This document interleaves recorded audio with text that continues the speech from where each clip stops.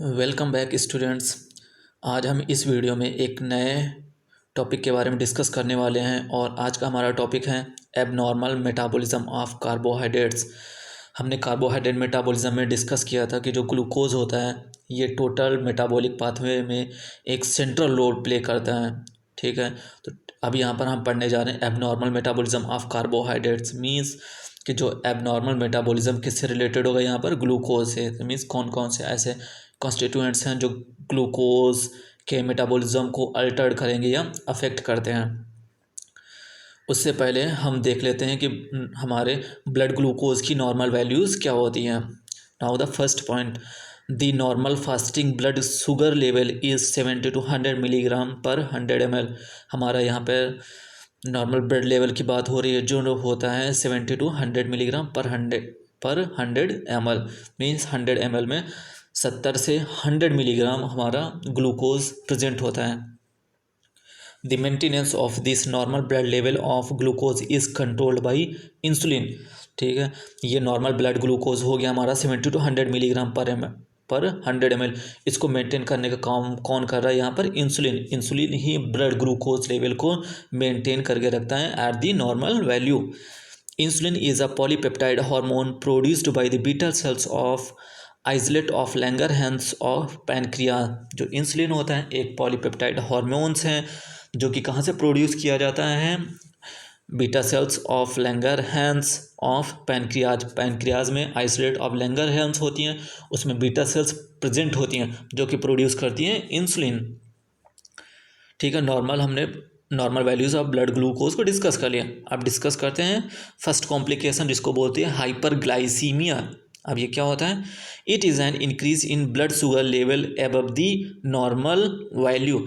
जब हमारी blood glucose level normal value से ज़्यादा हो जाती है उस कंडीशन को क्या बोलते हैं? Hyperglycaemia. It occurs in diabetes mellitus. ये कब पाया जाता है? जब किसी भी इंडिविजुअल को डायबिटीज़ मेलिटस होता है। Next one, hypoglycaemia. अभी हमने डिस्कस किया है हाइपरग्लाइसीमिया। हाइपर मीन्स ज़्यादा हो रहा था, ग्लाइसीमिया मीन्स ग्लूकोज। अब यहाँ पे हम डिस्कस करेंगे hypoglycaemia. It is a decrease in blood sugar level below the normal limits. जब हमारे बॉडी में blood glucose level normal limit से जब कम हो जाता है उस कंडीशन को बोलते हैं hypoglycaemia. It occurs most commonly with an overdose of insulin which is used to treat diabetes mellitus. जब भी कोई पेशेंट डायबिटीज़ मेलिटस को ट्रीट करने के लिए ज़्यादा इंसुलिन यूज़ करने लगता है तो उस कंडीशन में क्या होता है? हमारा ब्लड ग्लूकोज लेवल कम हो जाता है। Glycosuria, the excretion of sugar in the urine is called as glycosuria. जब हमारे यूरिन में शुगर का एक्सक्रीशन होता है तो उसको बोलते हैं ग्लाइकोस्यूरिया। या हमारे जब यूरिन में ग्लूकोज ज़्यादा मात्रा में प्रेजेंट होता है तो उस कंडीशन को भी बोलते हैं glycosuria. Normal urine does not contain sugar. जो हमारी नॉर्मल यूरिन होती है उसमें कोई सी भी ब्लड ग्लूकोज प्रेजेंट नहीं होता है। Glycosuria only occurs in diabetes mellitus. जो ग्लाइकोसीरिया कंडीशन होती है ओनली डायबिटिक पेशेंट्स में पाई जाती हैं। Glycosuria is the first line screening test for diabetes. अगर किसी को भी चेक करना है कि डायबिटिक है या नहीं तो उसके लिए हम किसकी स्क्रीनिंग करते हैं? ग्लाइकोसीरिया कंडीशन की। मीन्स उसके यूरिन में ब्लड ग्लूकोज लेवल चेक करेंगे। नाउ हमने यहाँ पे डिस्कस किया कि डायबिटीज़ मेलिटस कंडीशन में बढ़ रहा है, कम हो रहा है, क्या हो रहा है। लेकिन अब यहाँ पे डिस्कस करेंगे डायबिटीज़ मेलिटस होता क्या है। First point, it is a metabolic disease और डिसऑर्डर्स ऑफ फ्यूल मेटाबॉलिज्म। ये कैसा एक डिसऑर्डर है? ये मेटाबॉलिक डिसऑर्डर्स हैं। किसका?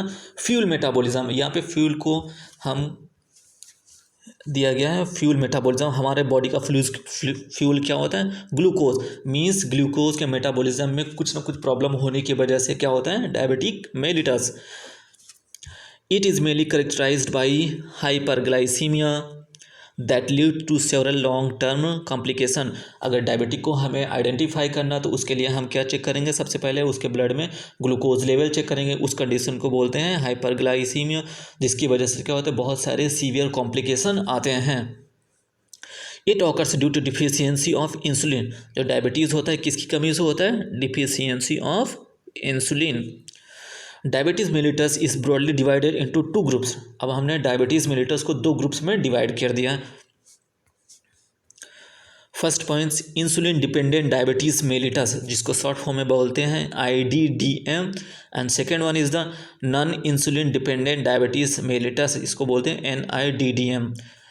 देखो नंबर वन क्या इंडिकेट कर रहा है, इंसुलिन डिपेंडेंट डायबिटीज़ मेलिटस। ये जो डायबिटीज़ मेलिटस होता है ये इंसुलिन डिपेंडेंट होता है, लेकिन जो टाइप 2 डायबिटीज़ होता है ये इंसुलिन डिपेंडेंट नहीं होता है। अब ये होता क्या है, टाइप 1 डायबिटीज़ डिस्कस करते हैं। IDDM, it is also known as diabetes mellitus type 1 और जुवेनाइल ऑनसेट डायबिटीज़। इस तरीके की डायबिटीज़ को क्या बोलते हैं, टाइप 1 डायबिटीज़ मेलिटस या juvenile onset diabetes. It is less frequently, ये बहुत ज़्यादा नहीं पाया जाता, ये बहुत ही कम पाया जाता है।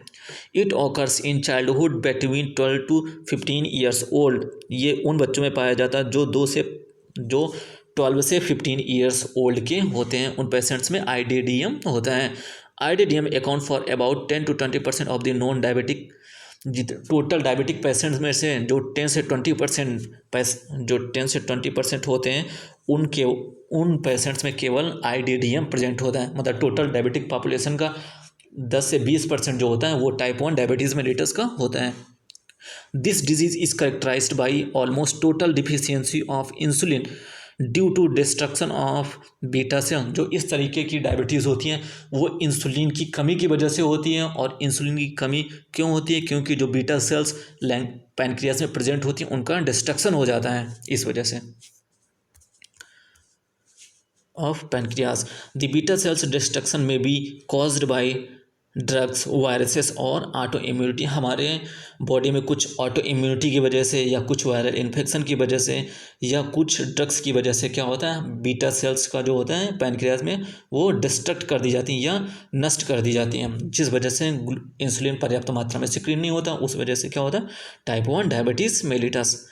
The pancreas ultimately fails to secrete insulin in response to glucose ingestion।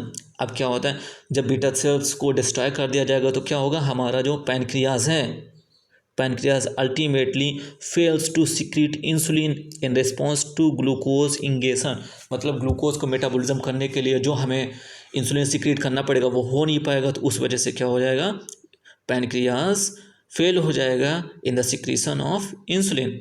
The patient of IDDM require insulin therapy. जो भी पेशेंट्स होते हैं IDDM के, उनका ट्रीटमेंट किससे करते हैं, insulin. Only the insulin is the drug of choice for the type 1 diabetes. Now the second NIDDM, non insulin dependent diabetes mellitus. It is also called the type 2 diabetes. इसको हम बोल सकते हैं टाइप 2 डायबिटीज़ या adult onset diabetes. उसको बोल रहे थे जुवेनाइल ऑनसेट डायबिटीज़ और इसको हम बोल रहे हैं adult onset diabetes. It is less frequently, ये भी बहुत ही कम पाया जाता है, ज़्यादा नहीं पाया जाता। It is the most common accounting for 80 to 90% of the diabetic population. ये टोटल डायबिटिक पॉपुलेशन का 80 to 90% पार्ट कवर करता है। मीन्स टोटल डायबिटिक पेशेंट्स में जो 80% होंगे वो टाइप 2 डायबिटीज़ से अफेक्टेड होंगे। और next point, NIDDM occurs in adult above 35 years. जो NIDDM होता है ये कितने साल से ज़्यादा वालों लोगों में पाया जाता है, 35 ईयर्स से। जितने भी लोग 35 ईयर्स से ओल्ड होते हैं उनमें ये टाइप 2 डायबिटीज़ होता है। And is less severe than IDDM, और ये जो होता है टाइप 1 डायबिटीज़ से कम सीवियर होता है या कम डेंजरस होता है। It is commonly occurs in obese individuals. ये किन में पाया जाता है, ओबीज, ये उन लोगों में पाया जाता है जो मोटे होते हैं, उन लोगों में टाइप 2 डायबिटीज़ होता है। So obesity act as a diabetogenic factor and leads to decrease in insulin receptor on the insulin responsive target cells। So क्या होता है, जो ओबीस पेशेंट होते हैं, ओबीस की वजह से जो होता है टाइप 2 डायबिटीज़ कॉज होता है। उसकी वजह से क्या होता है, जो हमारे बॉडी में जो सेल्स प्रेजेंट होती है जिनके ऊपर रिसेप्टर्स प्रेजेंट होते हैं, इंसुलिन रिसेप्टर्स, उनके नंबर्स कम हो जाते हैं, जिसकी वजह से इंसुलिन प्रॉपर वर्क नहीं कर पाता है। नेक्स्ट पॉइंट, NIDDM में हैव नॉर्मल और इंक्रीज्ड इंसुलिन लेवल्स। NIDDM में क्या होता है, नॉर्मल या इंक्रीज्ड इंसुलिन लेवल होता है, लेकिन काम क्यों नहीं कर पाता, क्योंकि इंसुलिन के रिसेप्टर्स के नंबर्स कम हो जाते हैं। Weight reduction bye diet control alone is sufficient to correct NIDDM। अगर तुम्हें NIDDM को करेक्ट करना है या ट्रीट करना है तो उसके लिए हमें क्या करना पड़ेगा, अपनी डाइट कंट्रोल करो। डाइट की कंट्रोल करने की वजह से क्या हो जाएगा, हमारा वेट रिड्यूस होगा, जिससे क्या कर सकते हैं, हम NIDDM को कंट्रोल कर सकते हैं।